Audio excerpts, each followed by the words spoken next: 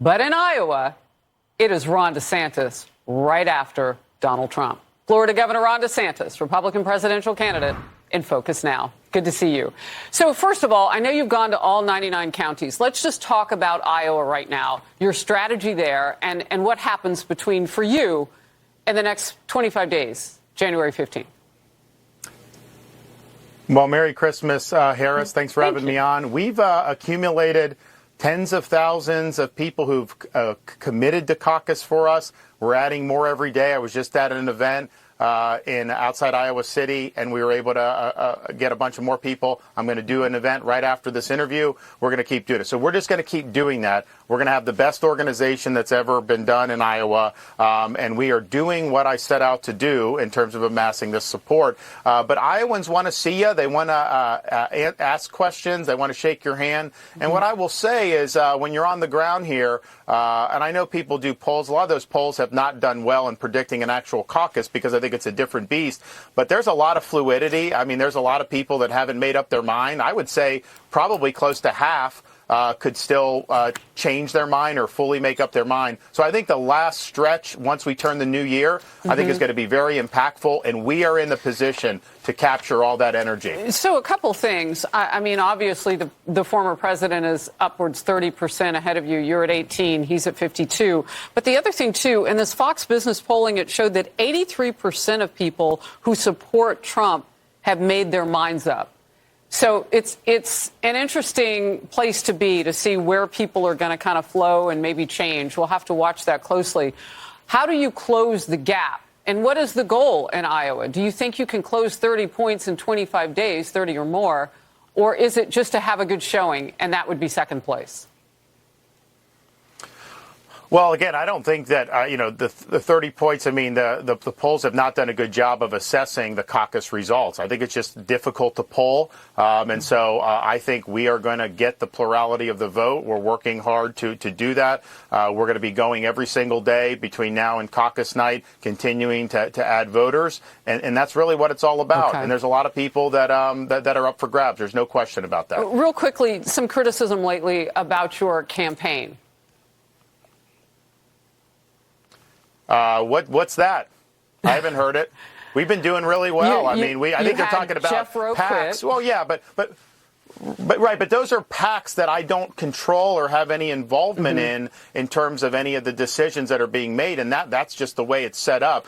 So I don't know what happened and all that. I know the media likes that. I can tell you there's not been a single Iowan that's asked me about any super PACs. What the Iowans are talking about is, can we finally get the border secured? Can we finally get Bidenomics reversed? Can we finally bring this administrative state and this bureaucracy to heel? I'm the guy that has a proven record of winning and delivering results, and that's what I'll do as president. That's what they want to see. So no concerns?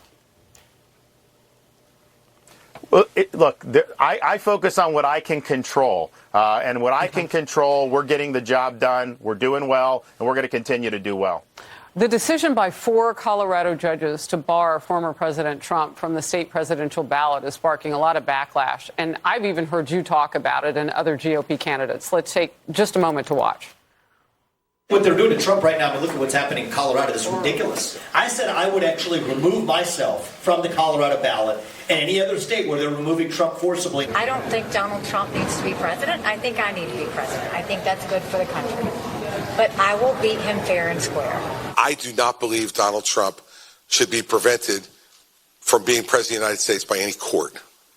I think he should be prevented from being president of the United States by the voters of this country. There was no trial on any of this. They basically just said, what, you can't be on the ballot? I mean, how does that work? What's the limiting principle for that? Your take on it, where we are right now.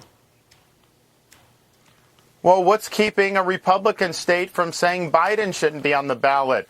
He let 8 million illegal aliens into this country. Maybe we can say that is an insurrection or a rebellion. So what the Colorado court did had no precedent in American history, and it's not something that's going to be upheld by the Supreme Court. But ultimately, what we want this election to be about is not about the January 6th or all the legal issues and all the controversy that's swirling around the former president. What we want the election to be about is the failures of Joe Biden, what we're going to do to turn the country around, That's how we frame the election to win. I think the Democrats would like nothing more than to keep doing all this legal stuff and make 2024 just a referendum on all the trials and everything else that's out there. It's not fair. It's politically motivated. But the Democrats are going to use that to their advantage. There's no question that this Colorado thing, I think it'll be reversed, but that's just the opening salvo. I think they're going to come with a lot more stuff, and that's going to be really a storyline as we get into 24.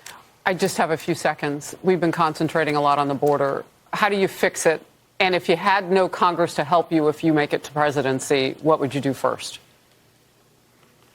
Declare it to be a national emergency, send military down there, shut off the invasion, build the border wall, and declare the Mexican drug cartels to be foreign terrorist organizations. They're poisoning tens of thousands of our citizens every year, killing them. We're going to use lethal force against them, and we are going to win that fight.